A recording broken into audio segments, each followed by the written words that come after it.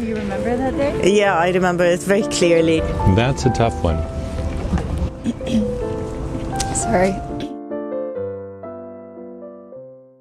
Creating a life in which I'm completely happy. Some people would be like, oh, well, to be happy in who you are is not an accomplishment. But for me, it really is, because I was born and raised in a very rural area of Texas, like 50 people in my graduating class, very small farm town.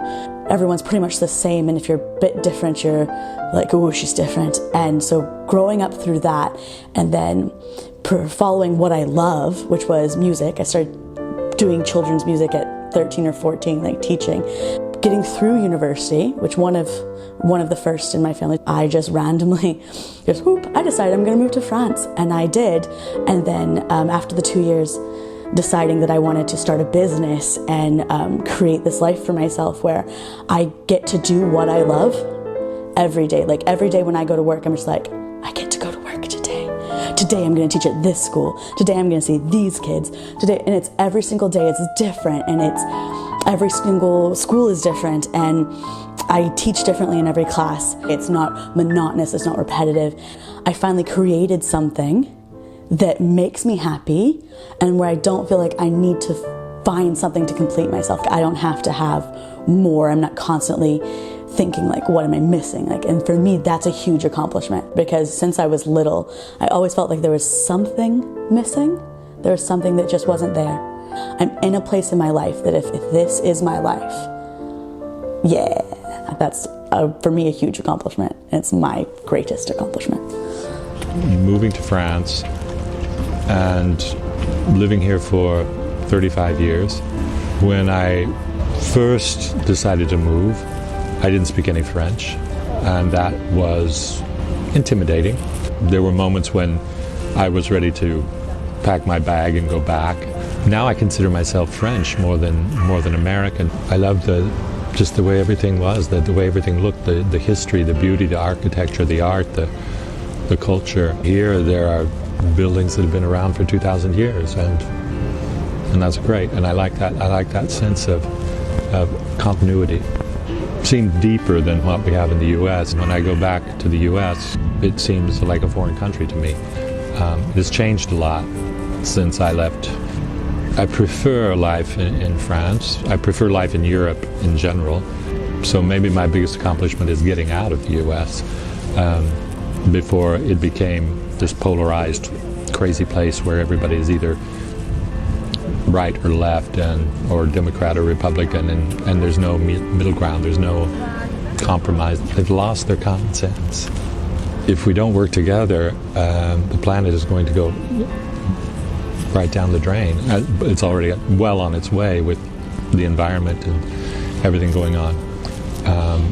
But I think people's attitudes aren't helping that.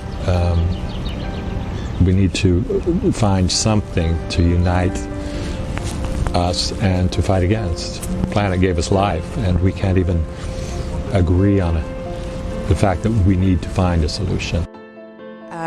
Knowing my self-worth and knowing that I deserve more credit than what people sort of give me for. Outright racial abuse, I've had all that. The systems here is not built for our success.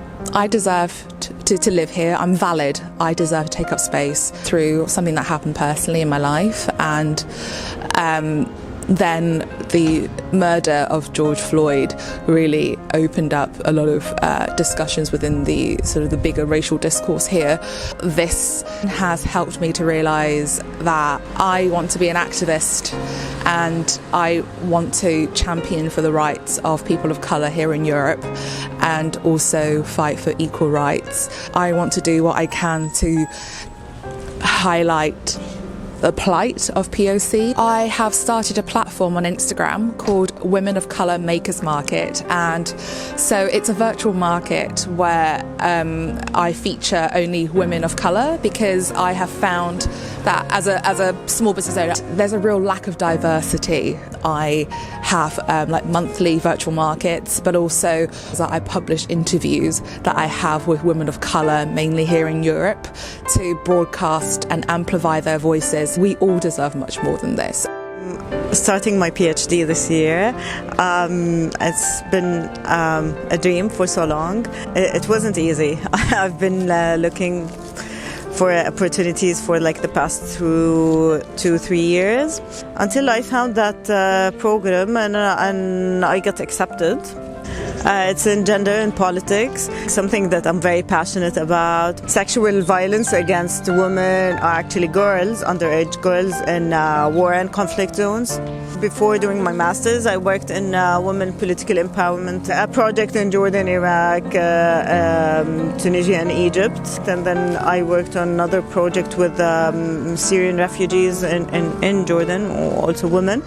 And then I thought that's something I like to do. Like I am a woman and I come from a region where women women all around the world do need lots of empowerment, but I know in my region the situation needs more working, let's say, and I wanted to be that change. I remember jumping up and down. I was so happy. I was over the moon and I was like, finally, like, yeah, it was one of the happiest moments of my life. My family and friends are so proud of me. That also sense of like recognition, appreciation makes it one of the biggest accomplishments of my life. Doing my master degree in coastal engineering, I finished my bachelor degree at a university in the Netherlands. I wanted to go and study in the UK at the University of Southampton. And in order to achieve that, I had to work. I really had to work hard during the whole summer and during half a year to save enough money. So I did all kinds of jobs, gardening, paving. I managed to save enough funds to buy a small car and to take on the journey. And I remember packing my stuff and leaving my family for 2 years. And the first day when I arrived in the University of Southampton, nothing was arranged for me. So the first night I slept in my car. I graduated. I was very proud.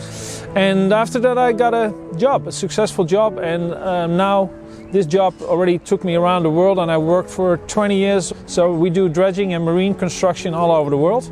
If you define me in one word, that word would be determination. I always want to win and I always want to achieve my goals. But of course there is sometimes moments that it's difficult and that you have to reflect.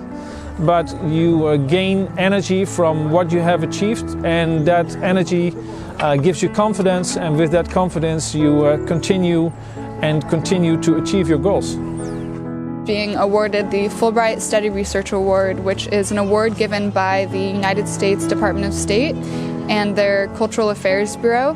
This was to study in France doing my master's degree at Sciences Po Paris, to make a massive online open course for integrating refugees. While I was applying for the Fulbright and applying to the master's degree at Sciences Po Paris, I was living in Washington, D.C. doing an internship, and I had roommates that were really terrible. I had an internship that was really difficult, and I had a toothache that felt like my face was going to fall off. And besides all of that, I still persevered and still got through it. So that to me also was very rewarding, knowing that I was suffering so much during the whole process, but then I finally broke through. A culmination of applying to Sciences Po Paris, getting accepted into this master's program, getting the Fulbright, moving to France, to me that was probably one of my biggest accomplishments. But then COVID happened and I was technically forced to move back to the United States in March 2020, is that when it was? I never got to finish the project, but I am still very grateful for the experience because it brought me to where I am now, which is back in France 5 months after. So. Finishing my master while working 40 hours a week and changing my life by doing that.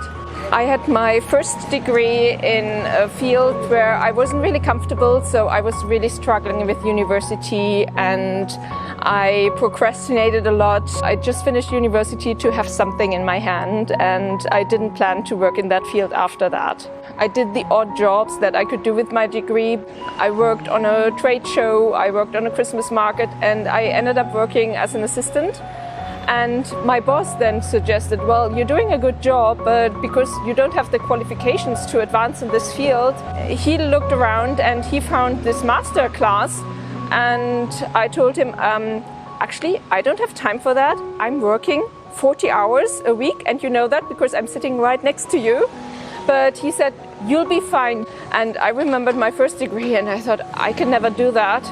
But then I applied, I got into the master program, and for 2 years I had no private life. I lost so many friends. It was tough. Those were the 2 toughest years of my life. There were definitely moments where I felt discouraged. Actually, I guess I wanted to give it up like every month, but I pushed through and I finally had my degree in a field that I really loved, facility management. I got a management job. That is how I finally came to Paris. So I'd say this master degree really changed my life.